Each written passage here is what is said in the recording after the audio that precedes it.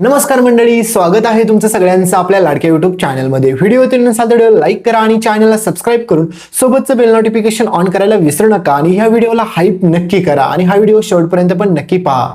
तर मंडळी, अखेर आपल्या स्वानंदीने चक्क आता ह्या मंदाकिनीचं फोडलं थोबाड. तर देणार स्वानंदी अधीराला न्याय मिळवून. तर नक्की काय घडतं त्याला संपूर्ण अपडेट जाणून घेऊया.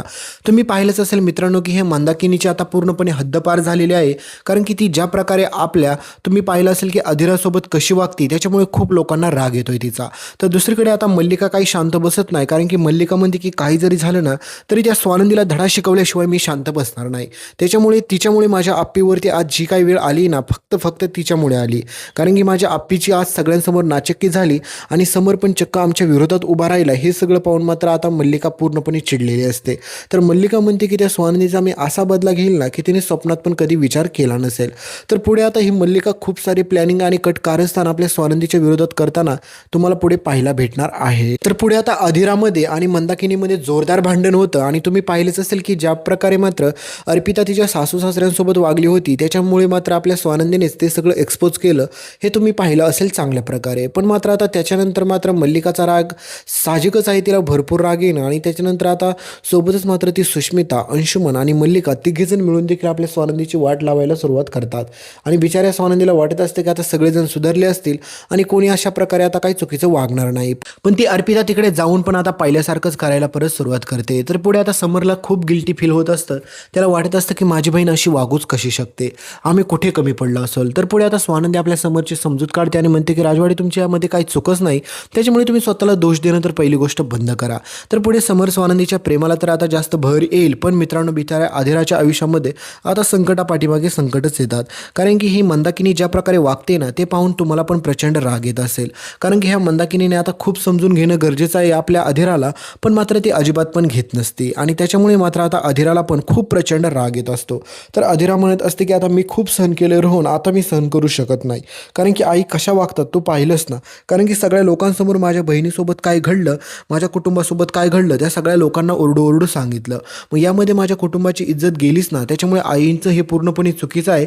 त्याच्यामुळे आता तू आईंना आवर घाल, कारण की आता मी हे सहन करू शकत नाही.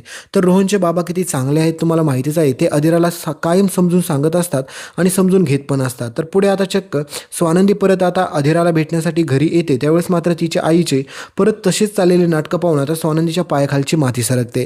कारण की स्वानंदी तुम्ही पाहिलंच असेल की बाहेर सगळ्यांना अक्कल शिकवत असते, पण मात्र स्वतःच्याच घरामध्ये स्वतःची आई कशी वागते हे पण तिने पाहिलं पाहिजे ना. त्या लोकांच्या खूप साऱ्या कमेंट्स येत आहेत, कारण की लोकांचं म्हणणं आहे की स्वानंदी आता बाहेर सगळ्यांना खूप कडक वागते, मग स्वतःची आई चुकीची वागते तर तिला पण शिक्षा दिलीच पाहिजे ना.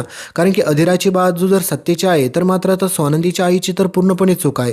तर पुढे तुम्हाला हेच पाहायला भेटेल की बिचाऱ्या अधीरासोबत ही मंदाकिनी आता खूप चुकीचं वागत असते. तर ह्या मल्लिकाला काडीची अक्कल नसते, कारण की मंदाकिनीला असंच वाटत असतं की आता काही जरी झालं ना तरी मात्र ह्या अधीराला मी सोडणार नाही. कारण की ही अधीरा आता जी काही तिच्या श्रीमंतीचा माज दाखवते ना आम्हाला, तर मी तिचा चांगलाच माज उतरवेल. तर दुसरीकडे मात्र आता रोहन काही करू शकत नसतो, कारण की तुम्हाला माहिती आहे की आता रोहनने जर काय बोलायला गेला तर एकीकडे आईच्या साईडने बोलला तर अधीराला राग येतो, अधीराच्या साईडने बोलला तर मात्र तिकडे आईला राग येतो. त्याच्यामुळे बिचाऱ्या रोहनचं तर हालच होत असतात मध्ये.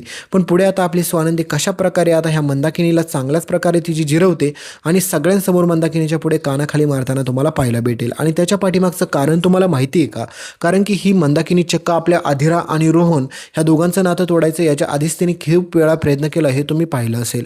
आणि त्याच्यानंतर आता पुढे पण तेच करते. कारण की मित्रांनो, तुम्हाला माहिती ह्या मंदाकिनीला वाटत असते की आता अधीराने बाळाचा विचार करावा आणि ह्या घरामध्ये जर बाळ आलं तर त्याच्यासोबत मी दिवसभर वेळ घालवेल. पण मात्र आता त्या दोघांची काही स्वप्न असतात, त्याच्यामुळे त्यांनी बाळाचा विचार केलेला नसतो आणि हे मात्र तिला सहन होत नसतं. त्याच्यामुळे ही मात्र आता मल्लिकाला भेटून आता स्वानंदीला मध्ये अडकवायचा प्रयत्न करते आणि मात्र ह्या दोघांचं नातं तोडते आणि म्हणते की एक सगळ्यात महत्त्वाची गोड न्यूज करूया, तुम्हाला तर आमची मुलगी सांभाळायची नाही आहे बरोबर, तर एक काम करूया, तुम्ही आमच्या अधीराला आमच्याकडे पाठवून द्या, आम्ही तुमच्या स्वानंदीला तिकडे पाठवून देतो. त्याच्यानंतर तुमच्या सुष्मिताचं सगळी काही राजवाड्यांची प्रॉपर्टी होईल, मग त्याच्यानंतर ह्यांचं नातं पण राहणार नाही. आणि सगळ्यात बेस्ट हीच आयडिया असते. आणि त्याच्यामुळे आता ही मंदाकिनी पुढे तसं काय करायला जाते आणि स्वानंदीच्या निदर्शनात आल्याच्या नंतर स्वानंदी सर्वांसमोर मात्र ह्या मंदाकिनीचं थोबाड फोडते. मग त्याच्यानंतर मित्रांनो कहाणीत सगळ्यात मोठा ट्विस्ट येणार आहे. तर दुसरीकडे दुसरीकडे मात्र आता ह्या सगळ्या गोष्टी घडल्याच्या नंतर तुम्हाला सगळ्यात महत्त्वाची गोष्ट तर हीच माहीत आहे, कारण की ही मंदाकिनी आता खूप खूप अति करणार आहे. कारण की तुम्हाला माहिती तिने आत्तापर्यंत इतका ड्रामा केला आहे की काय बोलायलाच नको. तर पुढे आता कशा प्रकारे आपली स्वानंदी अधीराला पण न्याय मिळवून देते आणि स्वतःचा संसार तुटण्यापासून ह्या मल्लिकापासून आणि मंदाकिनीपासून कशी वाचते हे सगळं पाहणं रंजक ठरणार आहे. व्हिडिओ पुढच्या अपडेटमध्ये इथपर्यंत व्हिडिओ पाहिला असेल तर व्हिडिओच्या शेवटचं सरप्राईज पाहायला मिस करू नका. धन्यवाद. तुम्हाला दिसत असेल पिलग्रिमचा oil balance gel face wash. तर हा फेस वॉश तुम्हाला टॅग प्रोडक्टमध्ये दिसत असेल तर याला खरेदी करायला अजिबात पण विसरू नका आणि तुम्हाला आवडणारे कोणतेही प्रोडक्ट तुम्ही इथून खरेदी करू शकता.